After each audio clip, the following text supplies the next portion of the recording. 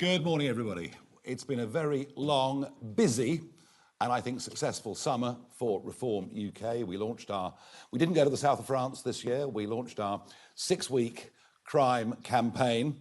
And I was very, very pleased that we got some senior figures from the world of policing, the prison service, to come and join the party, to set up a task force so we can get legislation planned and ready in time. What was also interesting was there were many in Westminster, in politics and the media, who thought, well, crime's not really a problem because some surveys say that crime is falling. Well, that's certainly not how most people in the country feel. And certainly our advocacy of zero tolerance, particularly for areas like shoplifting, really caught the mood of the country.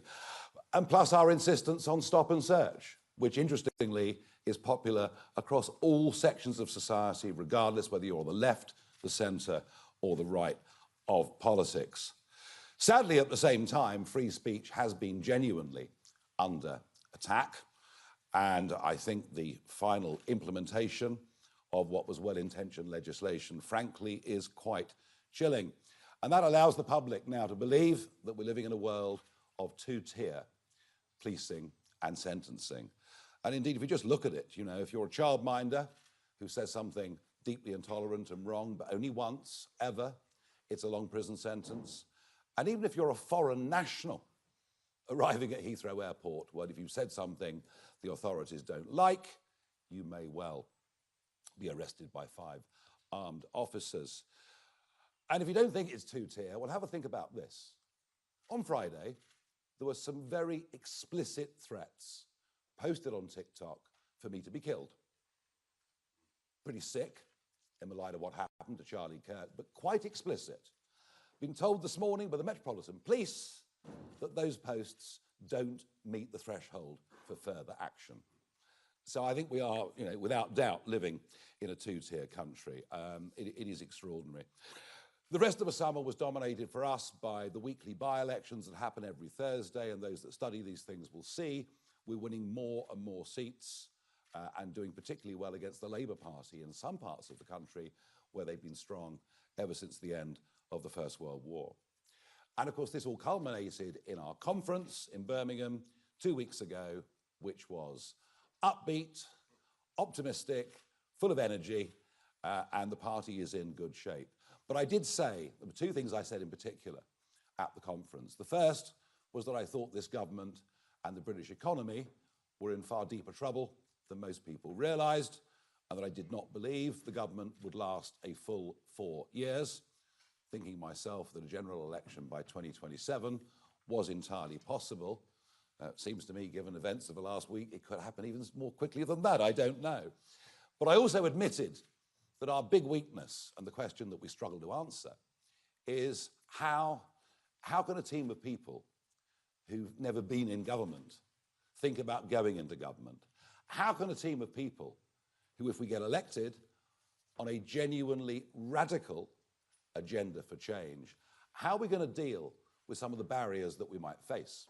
They might come from elements of the civil service.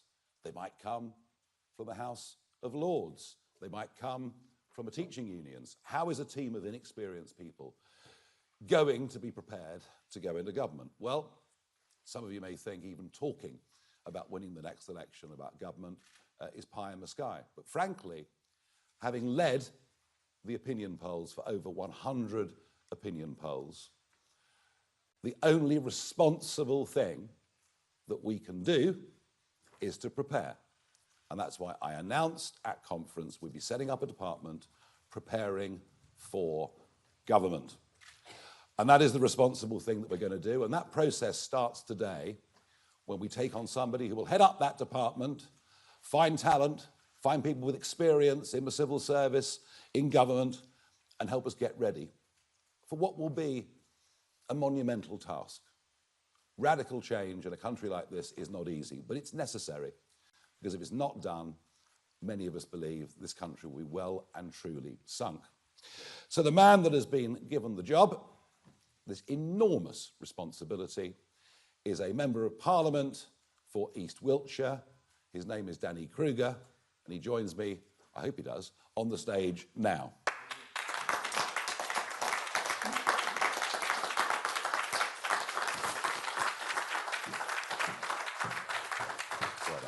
Good man. Thank you very much.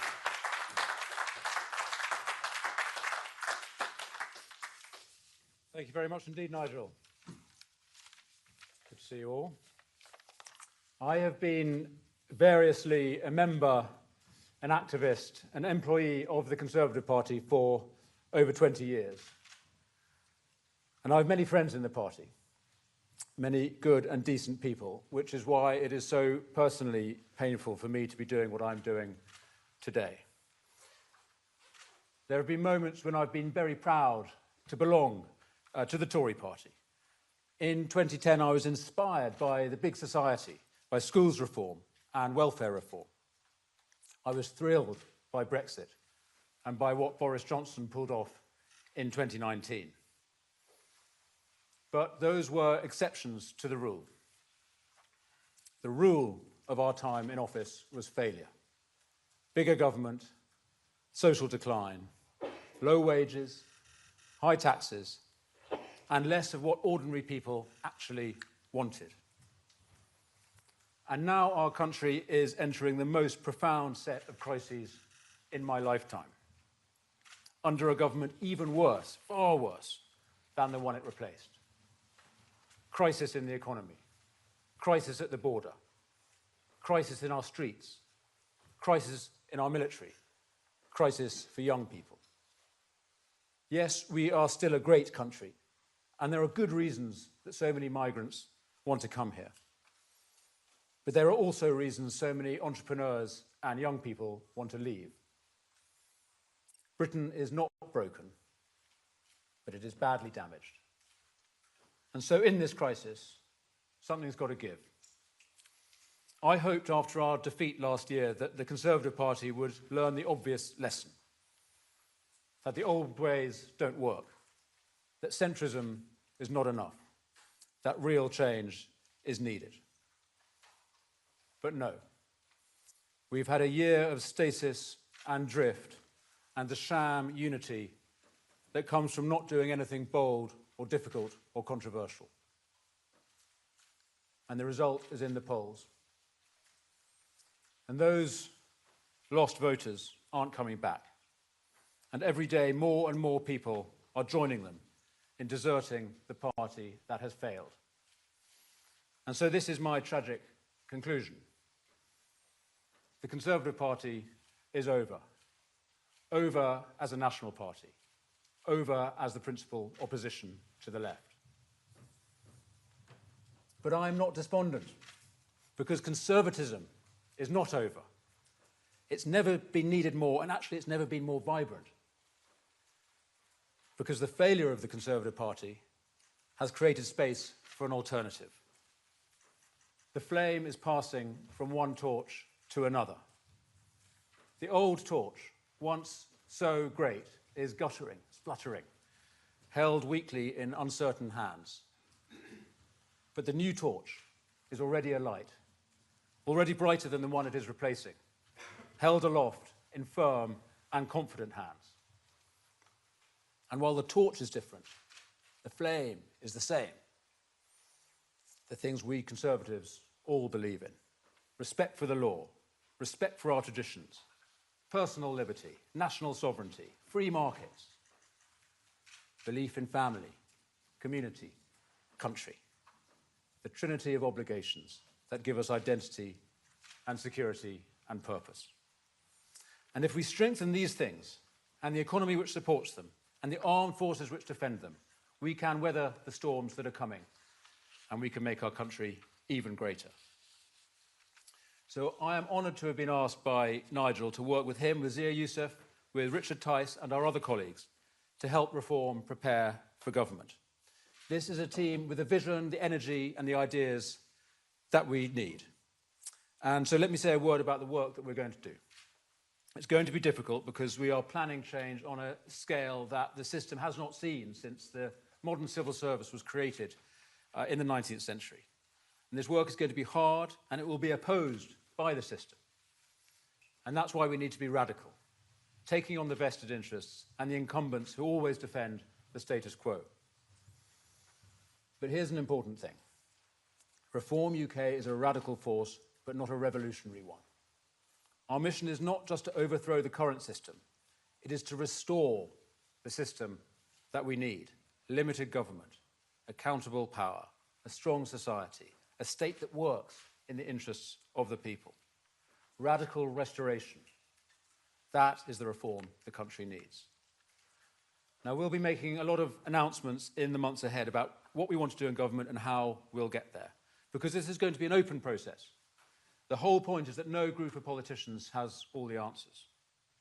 And so what I want to say to people watching is this: if you are serious about saving our country, about changing our economy and our society and our government itself, if you have expertise or experience or ideas, and that's everyone, we want your help.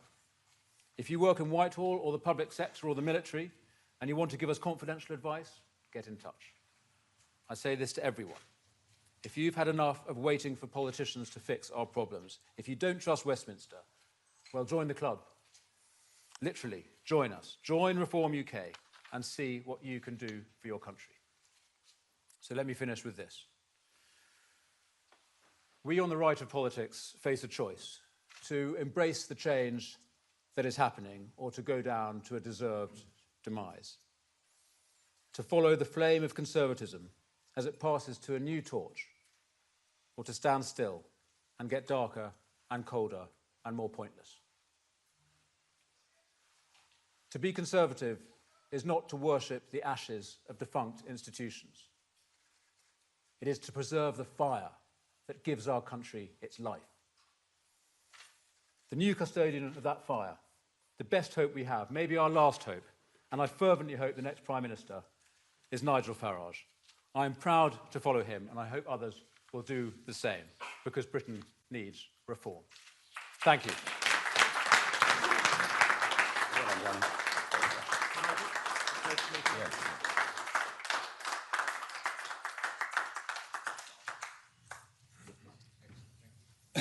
OK, thank you very much indeed, Danny. We have a list of questions, as is our tradition, and we're going to begin with Chris Mason from the BBC. Thank you both. Chris Mason from BBC News. Nigel Farage, are you really in an insurgency? Oh, start again now, I'm in possession of a microphone.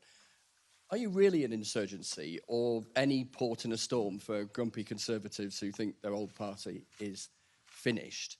And Danny Kruger, is the Conservative Party really over? What would you say to former colleagues who will say that you're a turncoat who's given up when the going gets tough? And I appreciate defecting is a big and difficult thing for any politician to do. And just one final question, Mr Farage, if I may. Where did the money come from for the house your partner bought in Clacton? OK, Thank you. 2 questions there. I'll deal with that after Danny and I have given the answers to this. We're not here as any port in a storm for Conservatives who think they've got a better chance of winning their seat next time round. There are 2 things. There are 2 criteria. Number 1 is, what do these individuals stand for? But more importantly, what are they going to give? What is the benefit to us of them joining? And they're the only ones I have any interest in. In this particular case, Danny Kruger is aligned with us, whether it's on the Brexit vote, whether it's on the Windsor framework, whether it's on ECHR. You know, politically, we're very, very aligned indeed. And he's just taken on a mammoth piece of work, and he's better qualified to do it than any of the rest of us that are in the senior levels of leadership in this party at the moment. Thank you. Also, Chris, this is a big risk for me. And in fact, my seat is not particularly a Reform target, although Reform are doing well, even in East Wiltshire at the moment. So I don't accept that I'm simply jumping ship to save my skin. In fact, I'm taking a very significant personal risk here. The fact is that I feel nothing changes when the governments change at the moment, and I think that's where the country are too. And what I hoped after the last election is that my party, the Conservatives, would recognise how profound the challenge that they faced is. They haven't done so, and my view now is that the best hope for conservatism and for the country is Nigel's Reform Party. But yes, it is going to be a major challenge, and Nigel's asked me to do a very, very difficult job, so I don't think I'm scuttling off an easy life with this move.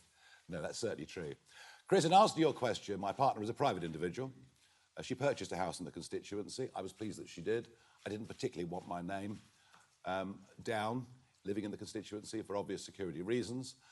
Lots of questions were asked, which is why I went last week to an independent KC, tax expert. I've got all the judgment. The KYC checks were done. The money was legal. The purchase was legitimate. The right level of stamp duty was paid. There have been no laws of any kind broken whatsoever. As for the source of the money, I've said previously what I've said, and I'm not going to say any more. Thank you. Chris Hope, GB News.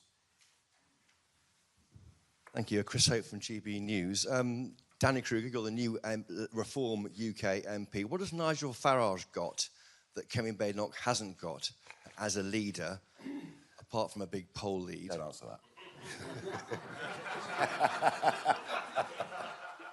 Why would he be a better PM than Mrs. Badenoch? And who approached Nigel Farage? Did you approach him or he approached you? Danny Kruger approached me initially. Well, you know, you meet in the House of Commons, you meet in the voting lobbies, things like that. So to say, where did the direct approach come from? I'm not even sure, to be frank with you, but this is a conversation that has happened between Danny and I, and it's been going on over the course of the summer. Yeah. Probably started when Lee Anderson defected, however many years ago, actually. That's when the conversation began, but I never thought it was, I didn't think it was the right thing to do until now. And Chris, I think I don't want to make a comparison between Nigel and Kemi. I have great personal regard for her, actually. I think she's done a very, very difficult job with courage and resilience, and I like her personally. I think the problem is the Conservative Party. So any leader that the Conservatives have, I think, would struggle with two essential problems. One is a divided parliamentary party and indeed party in the country. And secondly, a toxic brand. And it's not just a brand problem, it's a real problem. The fact is the country doesn't trust Conservatives because of their record in office over the last 14 years, and particularly the last few years, when, by the way, I was opposing what the Conservative government was doing on migration in particular.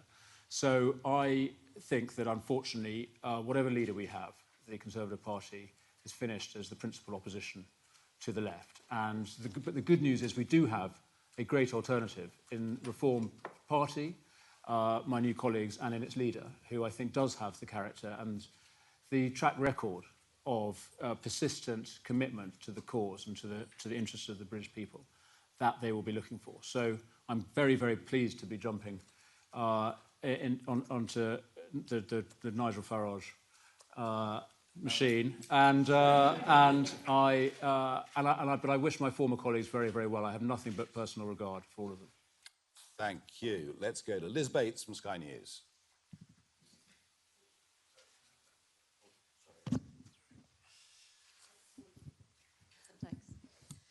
Thanks. I was going to say, it sounds like you think the Conservative Party is dead and finished for good, and is that true? But I think we know that already. In terms of your other colleagues, you still have high regard for a lot of them. Do you expect any more of them to come over? Are there more conversations going on? And Mr. Farage, if I could get your response to the scenes that we saw over the weekend, the marches, the presence of Tommy Robinson, and in particular, the comments of Elon Musk, fight or die. What do you make of all of that?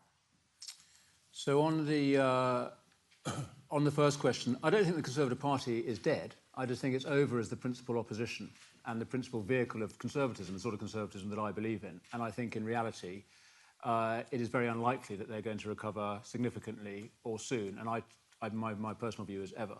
So I'm not predicting that there will never be Conservative Party or Conservative MPs.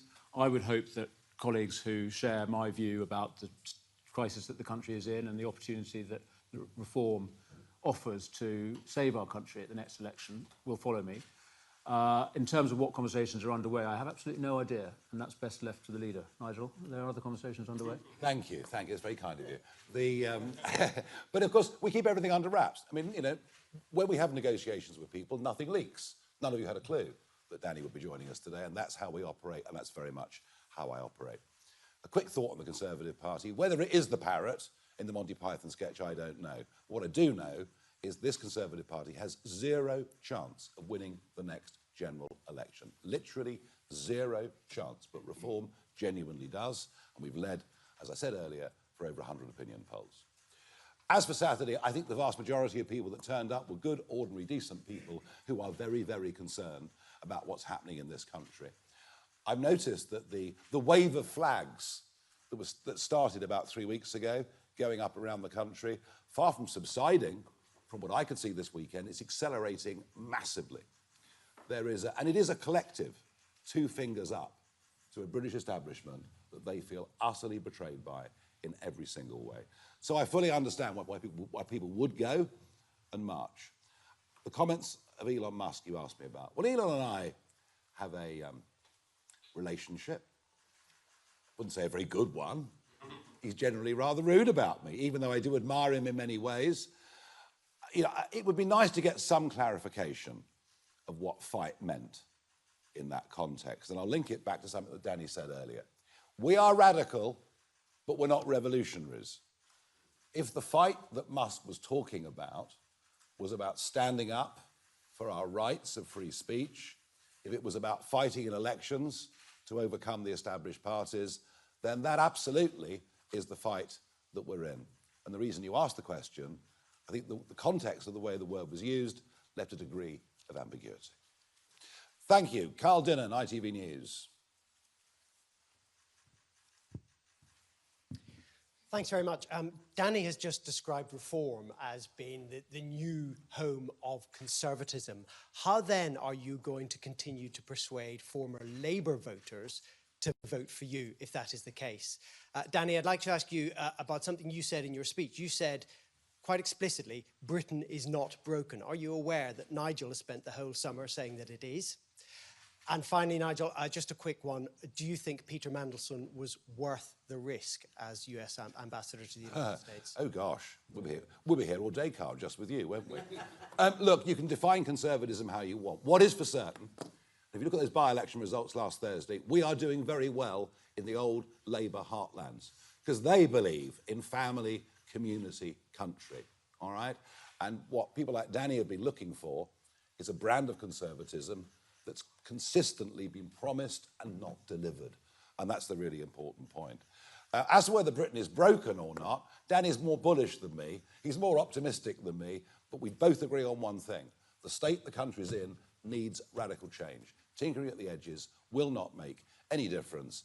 And as for Mandy, well, you know, clever bloke, good at what he does. I confronted him face to face when he was European Commissioner. There was no doubt the man was a master of a brief.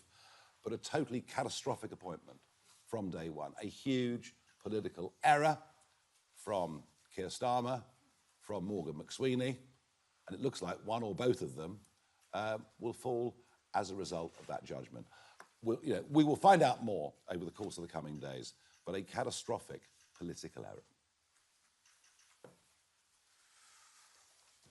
Francis Reed, Channel 4 News. Thank you very much. Mr. Kruger, you've previously called reform a destructive force, so I'm wondering what's changed. And secondly, forgive me, you're another Eton boy, Oxbridge graduate. Can you explain to working class voters how you can understand their lives and why it's any different from the Tories? Mr. Farage, you've distanced yourself from Tommy Robinson, but Elon Musk is amplifying him. Will you outright condemn their actions today? And also, what legal means do you think Elon Musk could possibly have in mind in saying that a democratically elected government should be overthrown? So, reform is a destructive force. It's destructive of the established parties, and I mean that's a very good pivot. I like that. I mean, you like it. I have regretted it, and I do, on a personal level, genuinely regret it because there are some brilliant candidates in my constituency who lost their seats at the council elections to reform at the council elections earlier this year, and you know the fact is the landscape is changing dramatically. The brutal reality of a first-past-the-post system, though, is that there's only really space for one major party on the right of politics if we are serious about trying to win power on the right, as we should be. And therefore, as I said, I think the flame has passed to a different torch. So what I don't believe, though, is reform is destructive of our country. In fact, quite the reverse. As we've heard, we want to restore the foundations of our country, address the parts of our communities that genuinely are broken, restore families, communities, and our country itself. So it's a creative as well as a destructive force, and I'm very proud to be working with it. On your cheap shot about my education, fair enough. None of us can claim to have personal experience of every experience that people in the country have. I recognise that. Nevertheless, I would say, partly as a constituency MP, but actually more in the work that I've done outside politics. For 10 years, I ran a charity which I still chair, working in prisons and with ex-prisoners. We work with many families at risk. I'm very, very familiar on a personal level with the challenges that so many people in our country face who have lives very different from mine. And I would hope, and the experience shows, in fact, as happened in 2019, when I was so proud with Boris Johnson's achievement to win genuinely a national vote from people from all different sections of society. The good news is the British people do not have quite the same hang-ups as others about where somebody went to school.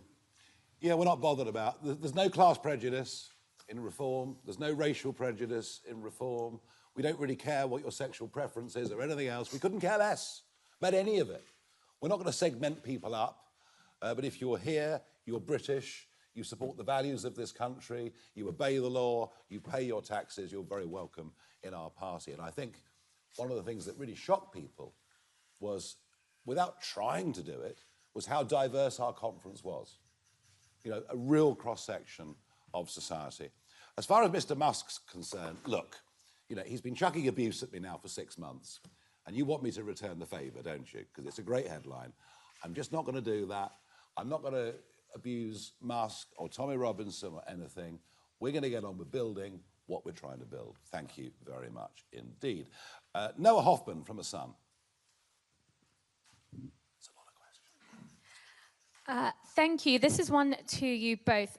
Danny was political secretary to Boris Johnson, someone you, Nigel, blame for waves of mass migration. I was just wondering how you both square that circle, please. Well, I think when the mass migration occurred, Boris was Prime Minister. Danny knows him incredibly well. But I think one of the reasons Danny is here, he's been disappointed by what's been promised at elections and not delivered. I don't hold Danny personally responsible for that mass wave of migration, and quite the opposite. Just look at his voting record. Thank you. So I was political secretary to Boris in 2019, in those months before the 2019 election, which was when I became an MP. So I was there through the Brexit battles when we were in a minority government and had to try and get Brexit through very, very difficult circumstances. And I remain enormously proud of Boris Johnson for his achievement then. I think he was absolutely the man for the moment. And with help from Nigel and others, he won a great victory at that election, and all credit to him. I was very disappointed with what followed. Firstly, with the failure to properly grip the system of Whitehall itself, which Brexit was only a prelude to. We needed to restore the government to the people. That was what people voted for in 2019, and I think we've failed to do that, particularly during COVID.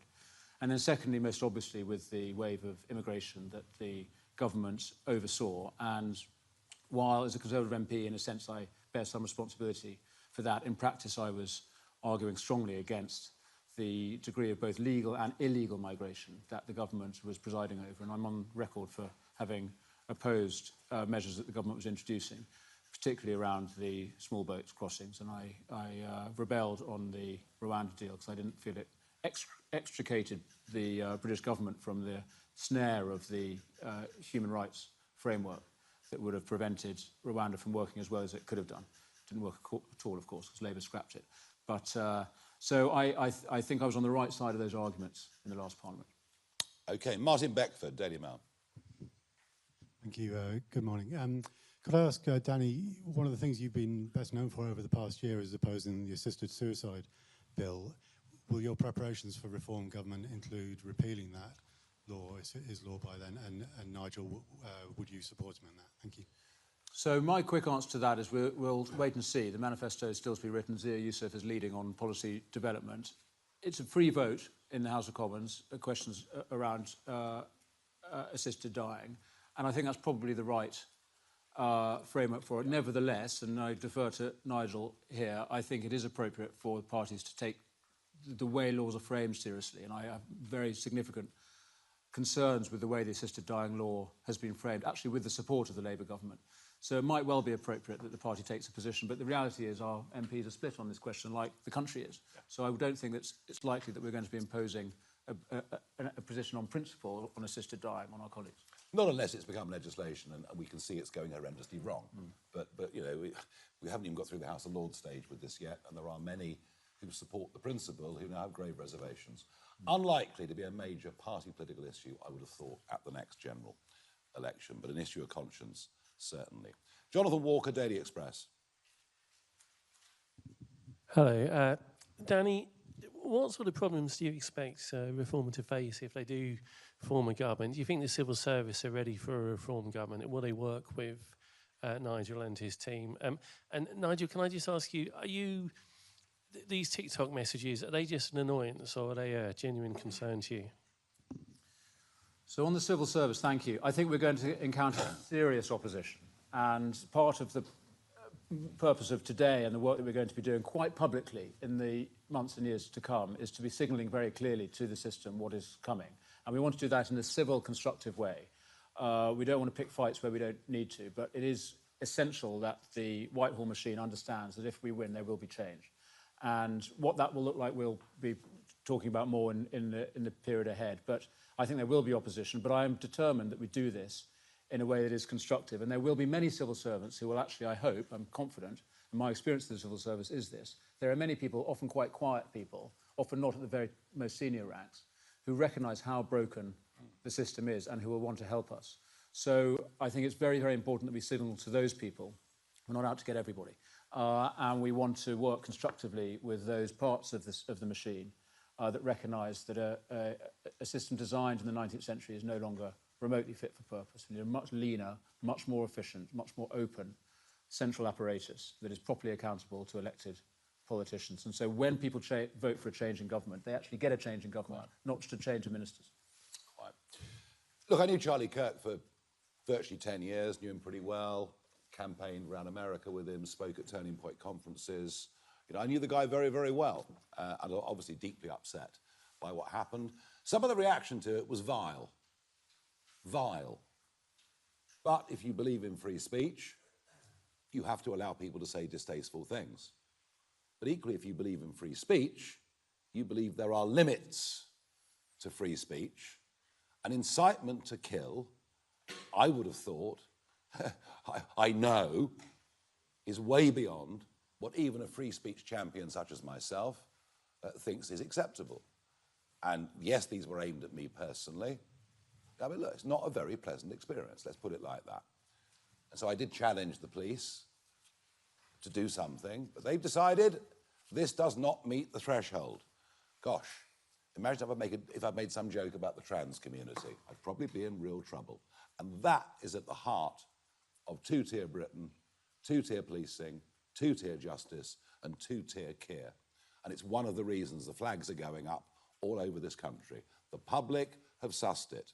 The government is not on the side of ordinary, decent, working people. Thank you.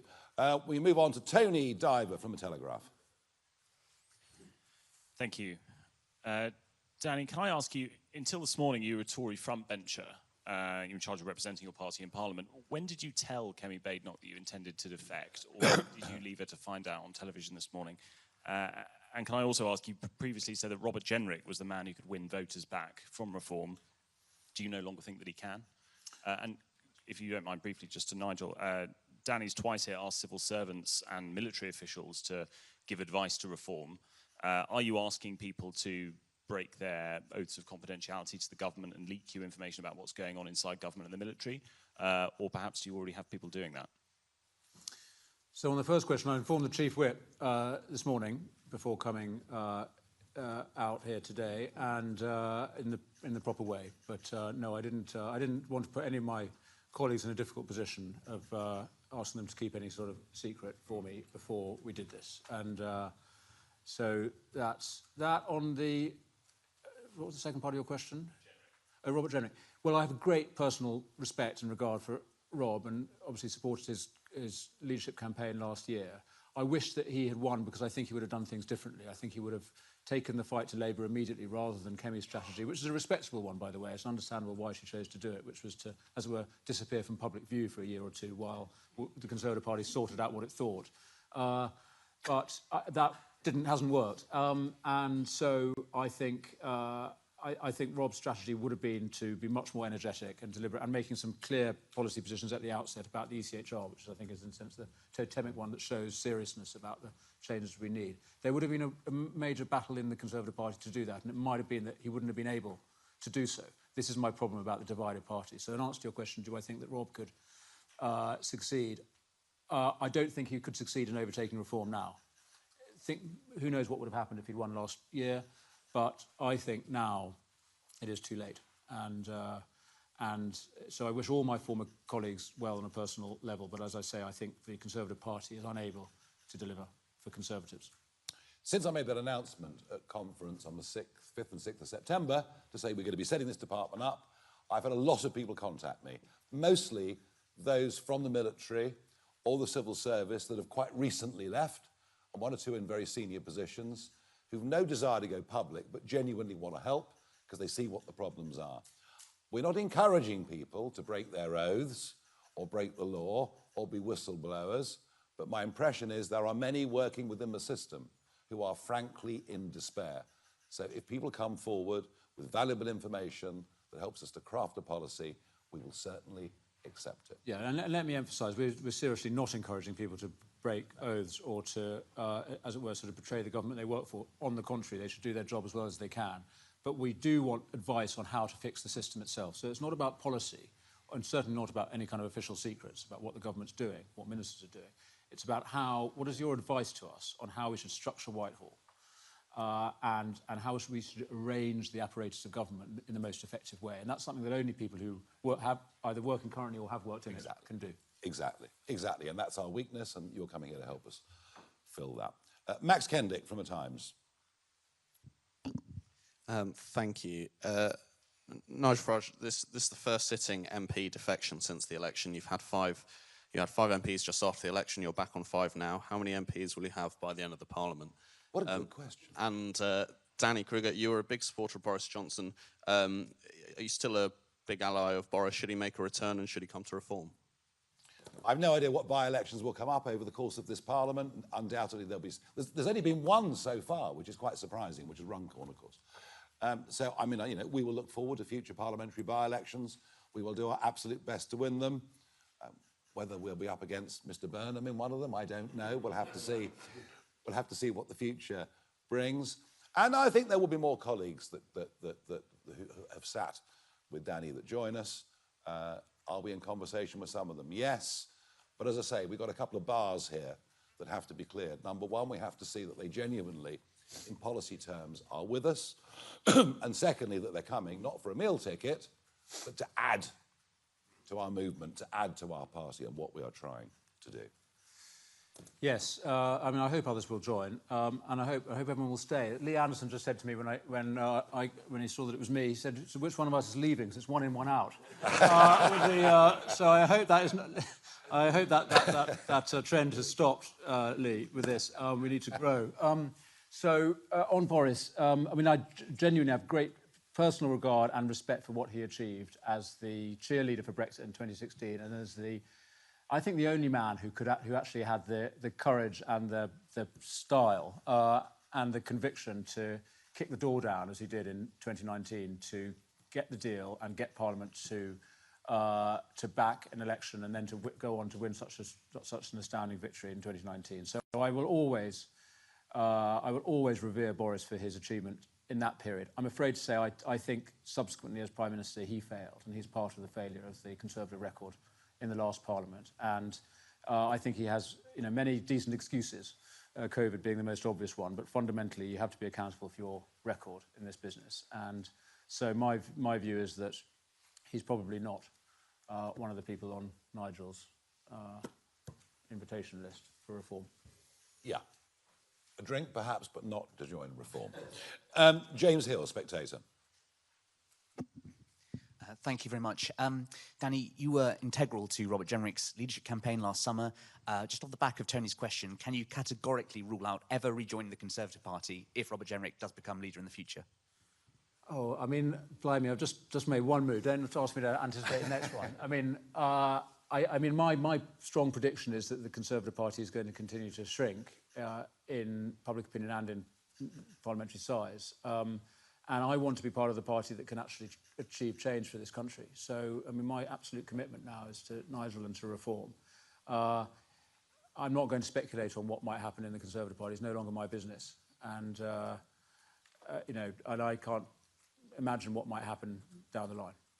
The Conservative Party, James, is nowhere near its electoral floor. There are still people out there who don't really engage in politics much, who have companies and jobs and families and kids and mortgages, and they think, well, you know, I'll tell the pollster I'm voting Conservative because I don't like what Labour's doing. But when they realise that actually it's only reform that can beat Labour, then you'll see whatever they're polling at now, is it 16, 17 or something like that, that will go lower. And the other point I think is this, that the stakes next May are very, very high, with the Welsh, Scottish, Greater London, thousands of council seats. My prediction is that after next May, the Conservative Party will cease to be a national party because they're going to get obliterated in Scotland and best part obliterated in Wales. Moving on to Chris McKeon, PA. Thanks. Mr. Kruger, you said that the public no longer trust the Conservatives after 14 years of failure, but we've seen a succession of former Conservative ministers join Reform UK, so why should they trust Reform UK? And Mr. Farage, you described some of the majority of the people marching on Saturday as good and decent people, but we've also heard from ethnic minority Britons who were afraid to go out in central London on Saturday. Does that concern you at all? On the question of trust in reform, I mean, I think it's a very legitimate challenge to Nigel and his colleagues about why people should trust them. And their job is to demonstrate that they can be trusted. On a personal level, you know, they've never been in government before, so they haven't got a track record to defend. Nigel himself has a tremendous track record of consistent commitment to the causes that he has stood for. He doesn't get shaken. And I think people can trust him as a person because they know who he is and they know what he stands for. And despite everything that gets thrown at him, and sometimes he hasn't been doing so well in the polls, he still remains the same. And I think that is what the public fundamentally look to. And what myself and former colleagues have done in joining him is they're coming to join the Reform Party. And what we are doing today is announcing a process of getting serious as a government in waiting. We're not being arrogant, certainly not hubristic about the expectation of winning. We're ahead in the polls.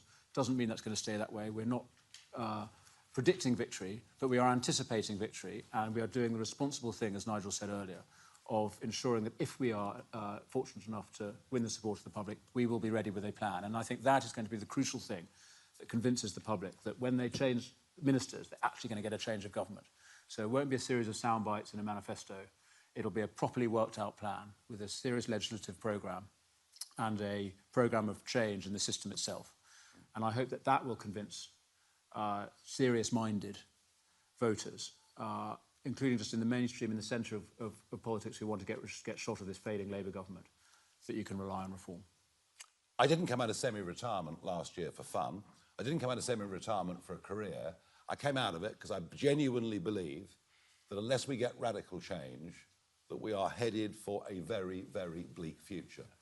And I think the sheer number of 30-somethings that are now leaving this country because they want to get on, they want to build a business, they want to make money, and they're fleeing, is just one little illustration of how much trouble we're in.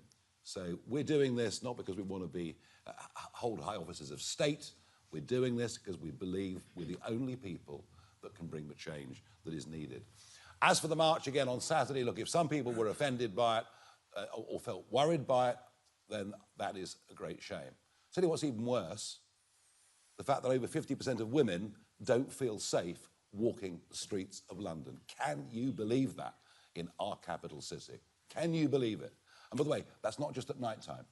It includes during daytime too.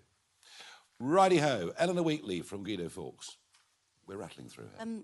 Nigel, what is your view on the Royal College of Defence Studies banning Israeli military personnel?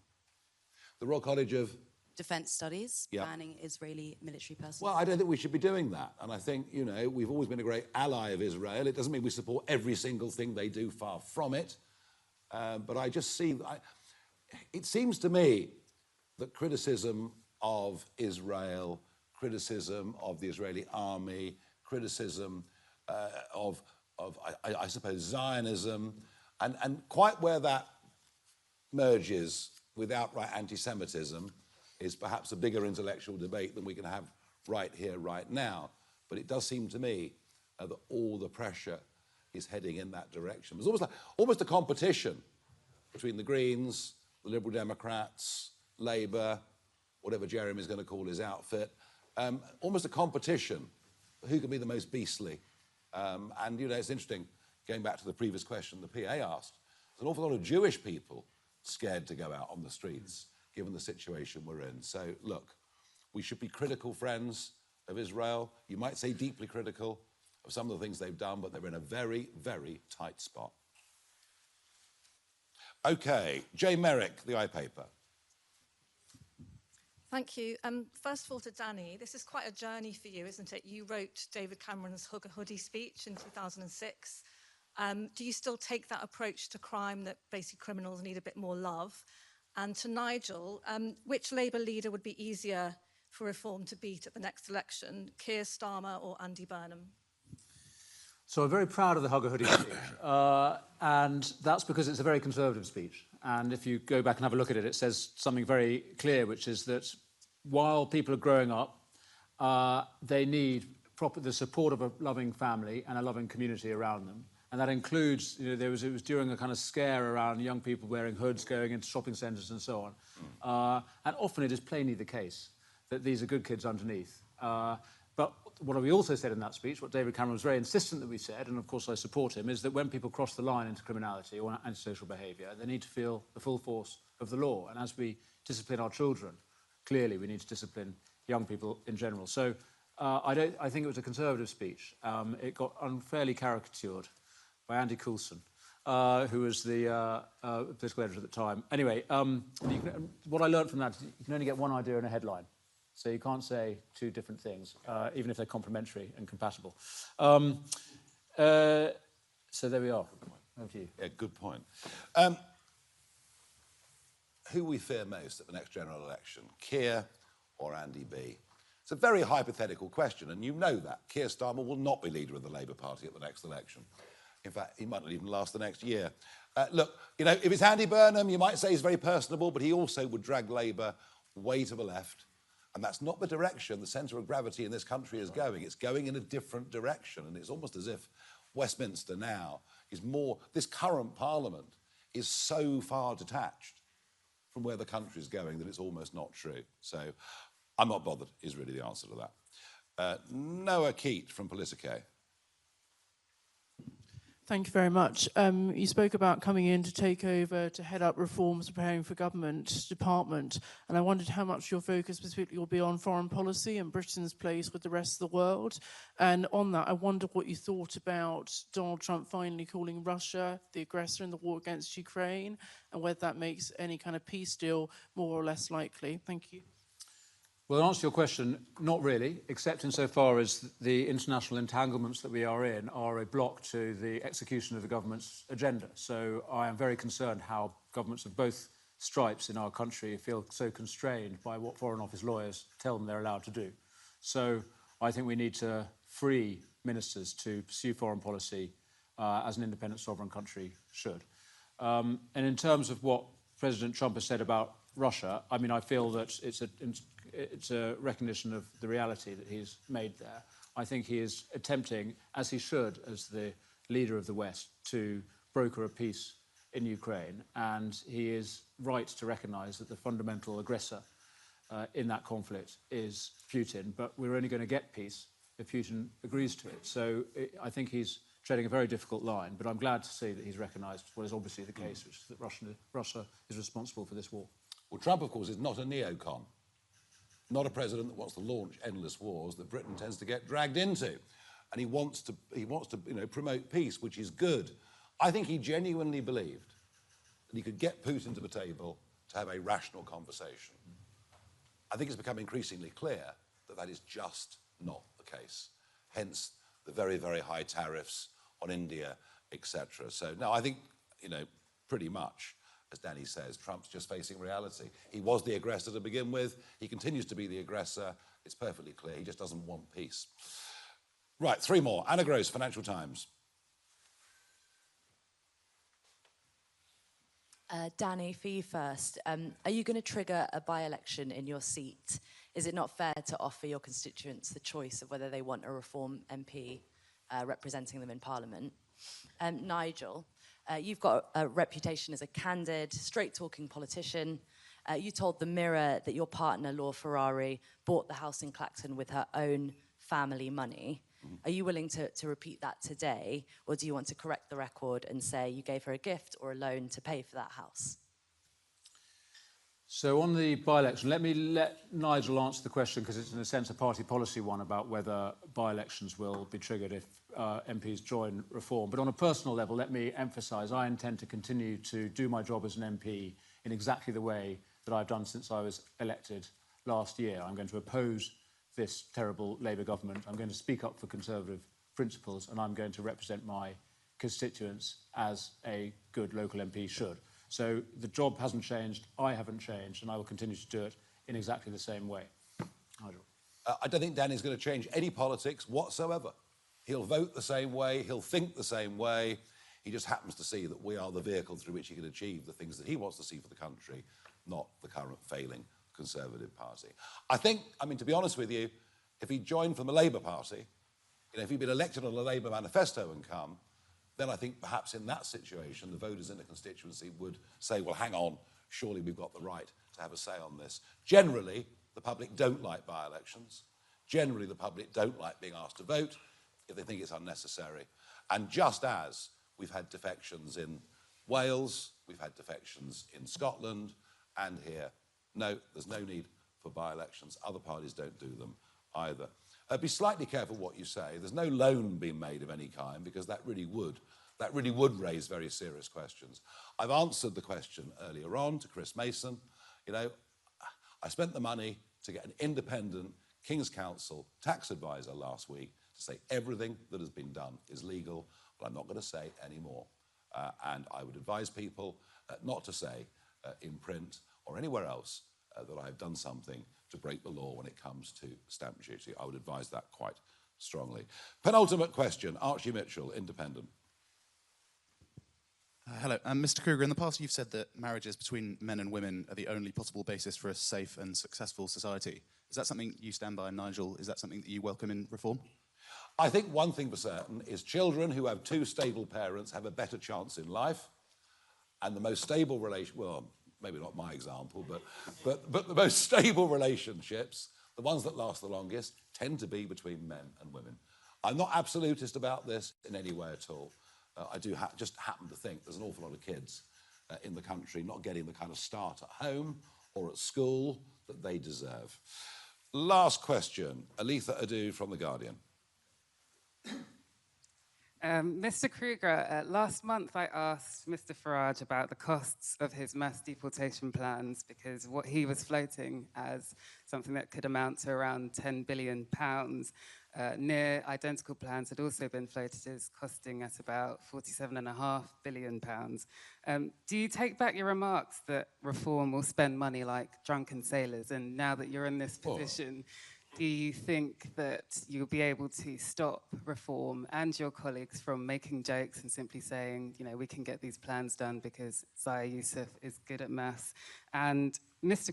Farage, what is your direct message to police officers, 26 of those who were left injured at this weekend's rallies? You are levelling some heavy accusations at them, those who are trying to do their jobs, that they are conducting two-tier policing, but how is this helpful to them? Yeah, 26 police officers being injured is horrendous. And people will say it's not as bad as Notting Hill, it's not as bad as other demonstrations, but it is horrible, it is bad. I feared something like that would happen. There is no defence of the use of violence that some people used on Saturday, but I do repeat, not defending any of it, but I do repeat, the vast majority of those who caught the train to London for the day were good, ordinary, decent people. Just on the point about Reform spending plans, firstly, I do have great confidence in Zia Youssef's ability to put together a comprehensive and workable plan, and part of what we intend to do over the coming months is to involve the public and experts as much as possible in the development both of policy and of implementation. So I have absolute confidence that we currently have and will have fully costed, highly workable plans. On the point about spending, my objection to Reform's position a few months ago was on their welfare policy, when, as Shadow Welfare Minister for the Conservatives, I was encouraging restrictions in DWP spending. What I'm glad to say is that at Reform's party conference a couple of weeks ago, Nigel, from the main stage, committed the party to welfare reform. It is completely unsustainable that we are spending so many tens of billions of pounds more every year on benefits. So in order to support low-income families, in order to ensure that people get opportunities to work and to ensure that families are supported, we do need to reform the benefit system. I'm very glad that that's the position that Nigel is in.